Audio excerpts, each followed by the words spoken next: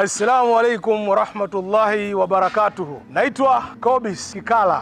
Ndugu zangu, uwe wa Mwananyamala, uwe wa Kinondoni, uwe wa Ilala, uwe wa Temeke, au sema uwe Mtanzania, njoo tujumuike kwa pamoja. Wanatoka watu kutoka mbali wanakuja Tanzania, itakuwa wewe Mtanzania. Tarehe 1 ya mwezi wa 3 mwaka huu 2026 kutakuwa na mashindano makubwa zaidi ya Qur'an tukufu ya mabara yote ulimwenguni.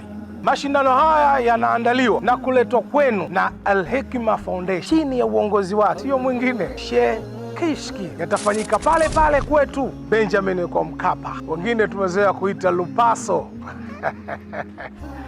Ndugu zangu, ncha kwa ncha, bega kwa bega, mguu kwa mguu mpaka Benjamin Mkapa. Shika ncha yako na shika ncha yangu. Qur'an ni ncha kwa ncha, bega kwa bega, mkono kwa mkono, mguu kwa mguu, hadi kwa Mkapa. Mashindano haya yapo chini ya udhamini mkuu wa benki ya PBZ Ikhlas.